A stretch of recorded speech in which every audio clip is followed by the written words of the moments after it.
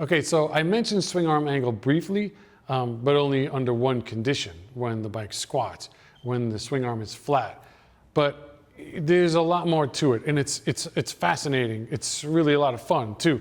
So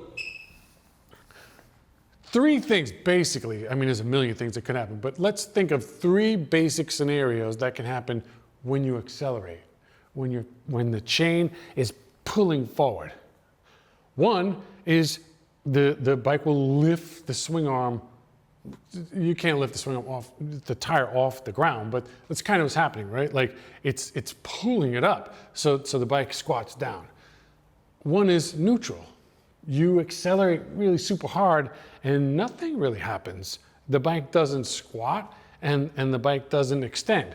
It just kind of stays neutral, which might be great. For you, the way you ride, where your weight is, where you sit, you can figure that out on your own. I found that with increasing the swing arm angle to 8.5, and I wish it could have gone more, but that's all we could do with what we had available, that at that angle and with this gearing, when you accelerate like this, you actually push the swing arm down a little bit, down into the ground, which kind of squats the tire, and just the grip that you can get with this bike exiting a turn. It's fascinating, okay, because I've experienced it, and I'm sure I have onboard footage which can demonstrate it. I know that I do, and I will go through my files and post a little clip up, but you know, I talked about being in the turn and having a trajectory that you can see, right? Well, it gets more complicated. It gets more complicated when there's a bike in front of you or three bikes in front of you. So now you're configuring, like, it's a little bit scientific, but it just happens naturally in your mind. The mind is so advanced, but you're in a turn and there's a bike to your inside and there's three bikes to your outside, and there's all this traffic. It's the beginning of the race or something, or it's at a track day and you know you come up on a group of riders, like, I got to navigate through this. And how are you going to do it? Here's where you're going to do it. On this bike, most of the time, you're going to do your passing going into a turn and into a turn, and talking about this swing arm angle, exiting a turn. Because what it does, when you start to crack on the throttle, you know, you have your trajectory and you see, like, okay, I'm gonna go underneath these two guys and I'm gonna start my drive now. You start to lift the bike and you start to crack into this throttle, and it just puts the tire in the ground, and you get this drive and the bike stays on track, and you'll just rip out underneath them. They're an afterthought. Like, where'd everybody go? You're by yourself. You exit the turn, now you're totally alone going into turn 3, for instance. It's amazing.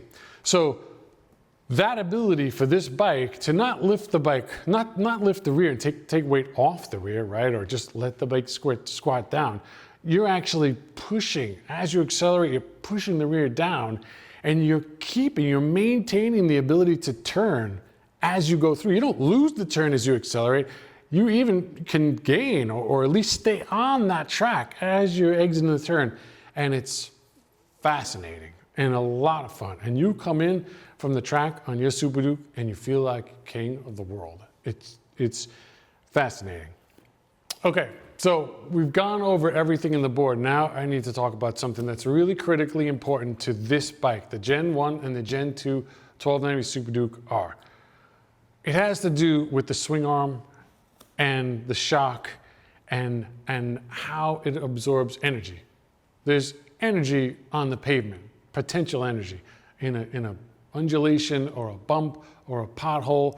When you hit it at 50 miles an hour, you feel, let's say, 50 pounds of energy that your suspension has to absorb. When you hit it at 100 miles an hour, now there's 100 pounds that your suspension has to absorb, right? If you're on the track, you're going to hit that bump at 150 miles an hour. And that is the problem. You could get all the way to bottoming out. And bottoming out is a bad thing to do, because that means that your bike the chassis, your suspension, and it's not absorbing any more energy. So what's left to absorb the energy? Only your tire, that cushion of air that you're already flexing, because as the suspension goes up, your tire is also compressing. Not a lot of suspension left in your tire either. So if you do crumple your tire, go against your rim, your suspension's already locked, you're going in the air, because that bump is not negotiating. That amount of energy is in the pavement and you couldn't handle it. Your bike, the way it's set up, couldn't handle it. So boom, you bounce in the air with the rear. And when you're leaned over and you hit a bump and you're in the air, you're going sideways and you're gonna crash. So that's no good. So what they do to combat that on all bikes, like, well, I shouldn't say all bikes, but most bikes, is they'll make mechanically, they'll make the shock absorb energy so that the energy that gets put into the spring is progressively, like the spring progressively gets stronger. It's not a characteristic of the spring, although there are springs that are progressive. The spring is just the spring. You compress it 1 inch, it's 100 pounds. Second inch, it's 100 pounds. That doesn't change. A spring is a spring, which is a confusing topic for another day. But a spring is a spring. So how do they make it so that as the suspension compresses, the spring gets stronger? It's through geometry and angles and how all of these mechanisms relate to each other. And usually they'll design a bike so that as the suspension compresses, the spring gets progressively stronger, so that when your big uncle comes over and rides your bike down the street and he's 250 pounds, or maybe your girlfriend gets on the back and all of a sudden you're, don't ever say how much your girlfriend weighs, but let's just say it's a heavier load. You don't want to bottom out. You don't want to bottom out. So they design bikes to have a progressive nature to the spring. Not this bike. This bike, the Gen 1 and the Gen 2, are regressive, which is very interesting. Sometimes bikes are progressive by a nature of 15%. The Gen 3 Super Duke is, I think it's 14% progressive. So as the suspension in stock form, as the suspension compresses, the spring gets 14% stronger in the later part of the stroke. It's like an emergency kind of insurance policy. This bike gets 8% weaker as the suspension compresses. And how that relates to my experiences on the track, and it's happened several times, is when you're going fast, and I mean like the kind of fast where you're feeling good. You come off the bike and you say to your team, your guys in the pits are like, today's our day. We are gonna win today. That kind of fast. Sometimes there'll be a turn that's like, at Thunder Hill out here in California, there's a dog leg of a turn, and you approach it on the full throttle, and you shift to 5th gear, and you're just flying. And unfortunately, there's a little bit of a dip in the pavement. So you're turned, you're accelerating, there's a lot of energy in the suspension, you're G'd out with all of the cornering G-force, and then you hit this wallow in the pavement. And all of a sudden, the suspension just collapses. And it feels for the life of you like the bike just went sideways, because it just collapses beneath you. You lose the ability to turn. So that we talked about before, when you see your trajectory and you're going through this dog leg and I can make it with this throttle input at this speed, I'm dialed through this turn. And all of a sudden, plop, it collapses. And now your trajectory changes. And I've actually gone off the track several times at ridiculous speeds and screamed in my helmet as I'm going through the desert and tumbleweeds and I thought I was going to die 12 times in one instance alone. Like this, just 140 miles an hour through the desert. And there's mountains coming up, and wild experience. Or Riverhead, Buttonwillow is another track, a little bit in Southern California, is you enter this banked turn, and you're in fifth gear, and you're just ripping. You're on your knee going so fast you can feel the heat coming through your puck into your knee. It gets hot. So we're talking about good speed, and there's some undulations as you enter that. I've entered that turn, the suspension collapsed. I lost the ability to turn, saved the bike, and went bank turn over the ridge of the bank into the desert. Ridiculous speeds. So it happens. It's a dangerous thing. And the way to avoid it, the way to work your way around it, is if you can get your hands on a race shock. I used the Mupo when I had the Gen 1 and the Gen 2, and they're fantastic because there's control of high speed compression and low speed compression.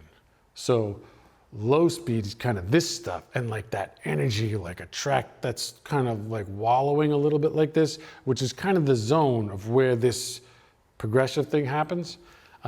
I made the low speed kind of tight.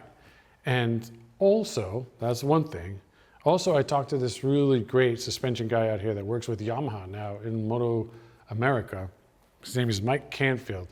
And I spoke with him an hour on the phone. I paid him to let me talk to him for an hour. Most expensive phone call I've had.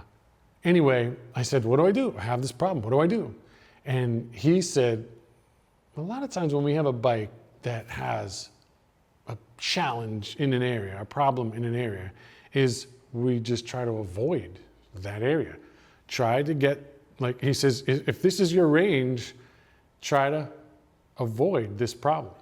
Just use this range. And how we did that is by using a stiffer spring.